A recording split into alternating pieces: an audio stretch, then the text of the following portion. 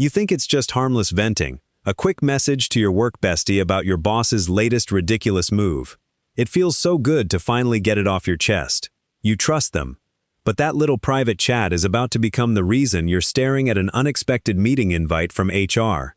And as you sit in that cold, sterile conference room, you get the sinking feeling your career is hanging by a thread. Venting about your boss feels like a release, but it's actually a trap. And today, I'm going to show you exactly how that one harmless conversation can silently torpedo your entire career. We've all had that boss, right? The one who's disorganized, incompetent, or just plain difficult. You have a day, a week, or maybe a whole year of dealing with it. The pressure builds, and the urge to grab a trusted colleague and just let it all out is overwhelming. It feels human. It feels necessary. But that impulse, while totally understandable, is one of the most dangerous ones you can act on at work. As a career strategist, I've seen this play out for years, with everyone from fresh graduates to C-suite executives. I've watched brilliant, talented people make one tiny mistake, one conversation they thought was private that completely derails their career. They think they're sharing a frustration, but what they're really doing is handing someone a weapon that can, and often will, be used against them. Today, we're going to follow the story of a high performer named Alex, who did exactly what we're all tempted to do. Then, we'll break down the 3 critical career traps he fell into, so you can learn to spot and avoid them. And we'll definitely talk about the tricky legal stuff. You've probably heard phrases like concerted activity and think you're protected when you complain with a coworker. We'll clear up what that really means and why betting your job on it is a huge gamble. This isn't about telling you to bottle up your frustration. This is about giving you a playbook to handle it without sabotaging yourself. Let's talk about Alex. Alex is great at his job, dedicated, creative, and the person everyone on the team relies on. The only problem is his boss, Mark. Mark isn't a bad guy, just a terrible manager. He's disorganized, loves to take credit for his team's wins, and is a master at blaming them for his own failures. One Friday, the team loses a huge client. It's a massive blow, and it happened because Mark sat on a key decision for 2 weeks, making them miss the deadline. The whole team knows it's Mark's fault. But in the big meeting, Mark blames the loss on a lack of proactivity from the team. Alex is seeing red. He worked weekends on this project. He feels betrayed. That evening, he opens a private chat with his work bestie, Sarah. They came up in the company together and have always had each other's backs. He types, "I can't believe Mark. He threw us all under the bus. He is completely incompetent, and I'm so sick of it." Sarah replies instantly, "I know, it's unbelievable. He's the worst." Alex feels a wave of relief. "See, I'm not crazy." He closes his laptop and heads into his weekend feeling a bit lighter. The following Wednesday, an invite pops up on his calendar. Meeting with HR. No subject line. His stomach drops. He walks into the conference room and there's the head of HR with a completely unreadable expression. On the table between them is a single piece of paper. It's a printout of his chat with Sarah. Alex's mind is racing. How? Why? The HR manager starts talking. Words like unprofessional, creating a negative work environment, and insubordination hang in the air. Alex tries to defend himself. He explains the missed deadline, the lost client, how Mark's actions are tanking morale. He says, "I was just blowing off steam, and what I said about Mark's mistake is true." The HR manager holds up a hand. Mark's performance is a separate issue that management will handle. Today, we are here to discuss your conduct. In that moment, Alex gets it. He made a catastrophic mistake. In this room, the facts didn't matter. The context didn't matter. Now, you might hope HR would launch a fair investigation into Mark's management, but Alex quickly learned that HR's primary role is to protect the company from risk.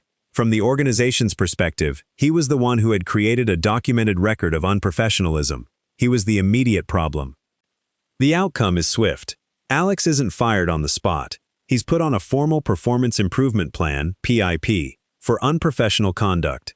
His relationship with Sarah is destroyed. She had casually mentioned his negativity to her own manager to protect herself, and the comment made its way up the chain. His political capital is gone. He's now a marked man. His career at that company is over. It just hasn't officially ended yet.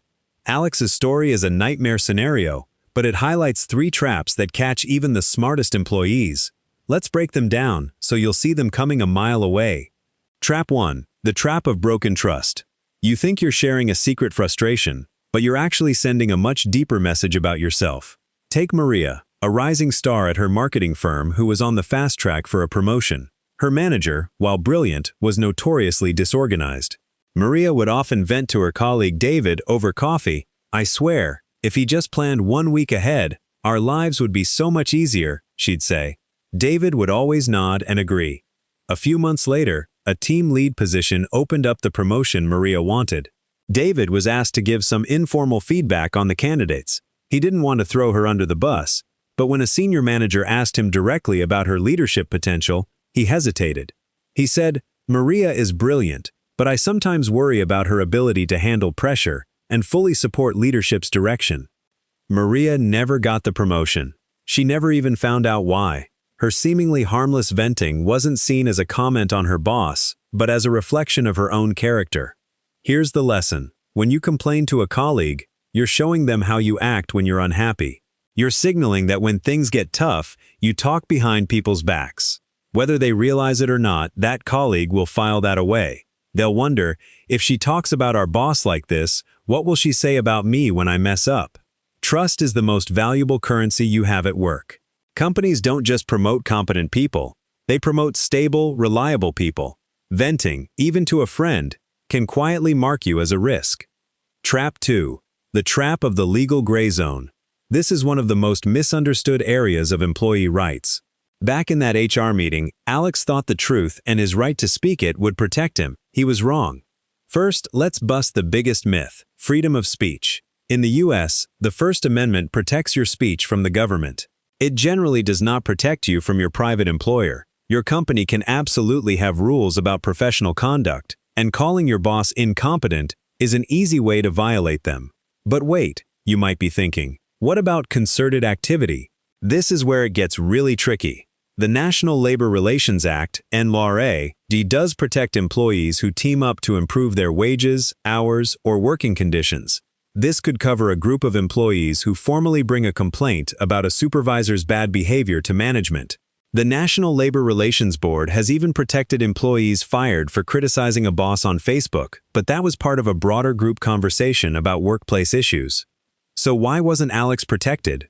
Because there's a line between a protected group action and an unprotected personal gripe, and your employer will be the one drawing it. Alex wasn't organizing a group to demand change. He was, in his own words, blowing off steam. His chat was emotional and personal. Here's the key. Your intent doesn't matter as much as the interpretation. Your employer can frame your vent not as a legitimate attempt to fix a problem, but as simple insubordination or gossip. By reacting emotionally instead of acting strategically, Alex gave the company all the proof they needed to define his actions on their terms, pushing him out of legally protected territory and right into a disciplinary meeting. It's a dangerous gamble to assume your complaints are legally protected unless they fall into clear categories like reporting harassment, discrimination, or safety violations. Trap 3. The trap of the problem narrative. This is the most sneaky trap of all. The second you start complaining to your peers, the focus shifts from the original problem, which is your boss's behavior, to a new problem, which is you. Consider Ben. His boss was chronically indecisive, creating constant bottlenecks. During a break, Ben mentioned his frustration to a few colleagues. "It's impossible to plan our work when we don't get answers for weeks," he said. It wasn't a mean-spirited attack, just a statement of fact. But that comment spread. It got paraphrased and repeated. Soon, the narrative among managers wasn't "the boss's indecisiveness is causing delays." The narrative became "Ben seems to be complaining a lot, and it's affecting morale." An organization's first instinct is often to maintain stability. A complaining employee is a new, noisy source of instability. Your underperforming manager is a known issue they're already tolerating. You have just made yourself a new, louder problem. And which problem do you think they'll deal with first? It's not fair, but it's office politics. By complaining to your peers, you lose control of the story. You are no longer seen as a high performer trying to solve an issue. You become the issue. That label, the complainer, not a team player, will stick to you. Ben wasn't fired, but his career was put on ice. He was moved to a less important project, and his influence vanished, all because he allowed himself to become the story. So if you can't vent to your colleagues, what are you supposed to do? Just let the frustration eat you alive until you quit dramatically or your head explodes? No. A strategist doesn't suppress frustration. They channel it. They don't react, they act. Here's the playbook for what to do instead. Step 1. The safe vent. The need to vent is real. The mistake isn't the feeling, it's the audience. You need a safe outlet that is completely disconnected from your job. Strategy A. The digital void. Open a new email, leave the to field blank. Write the most furious, unfiltered email you can imagine. Let it all out. When you're done, delete it. This simple act lets you get the emotion out of your system without creating a shred of evidence. Strategy B. The external brain trust. Find a vent buddy who has zero connection to your company. Your spouse, a therapist, a mentor in a different industry. This is your sealed container where you can be as irrational and angry as you need to be, with zero risk of it splashing back at work. Strategy C. The physical release. Go for a hard run, hit a punching bag, or just take a walk. Frustration is physical, and burning off that cortisol and adrenaline allows your rational, strategic brain to come back online. Step 2. Document like a detective. This is where you shift from a frustrated victim to a strategic player. Stop complaining and start collecting data. Create a private document on your personal device or in a notebook, never on a work computer. For every incident, log the following. Date and time, be specific. The incident. State what happened as a pure fact. Not, Mark was a jerk, but Mark stated in the team meeting that the project failed due to a lack of team proactivity. The business impact. This is the most crucial part. Not, it made me angry, but as a result of the delayed approval, we missed the client's deadline, which the client cited as their reason for terminating the contract, resulting in a $50,000 revenue loss. Witnesses. Who else was there? This document is your power. It forces you to separate emotion from fact, and it turns vague frustrations into a business case.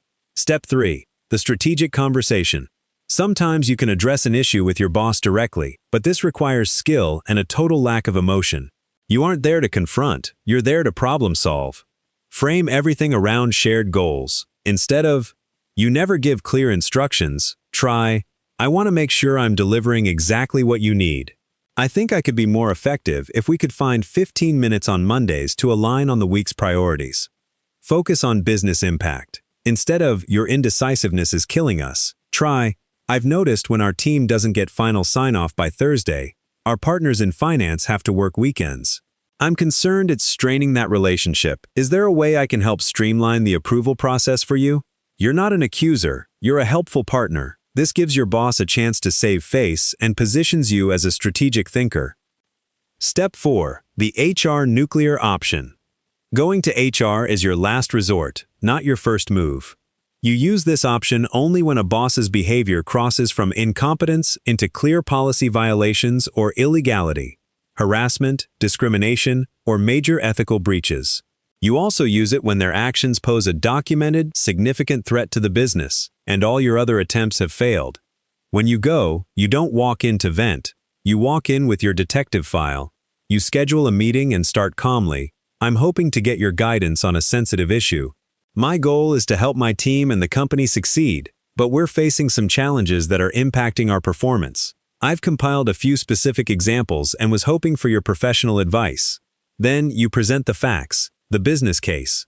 This approach frames you not as a disgruntled employee, but as a responsible professional trying to mitigate risk for the company.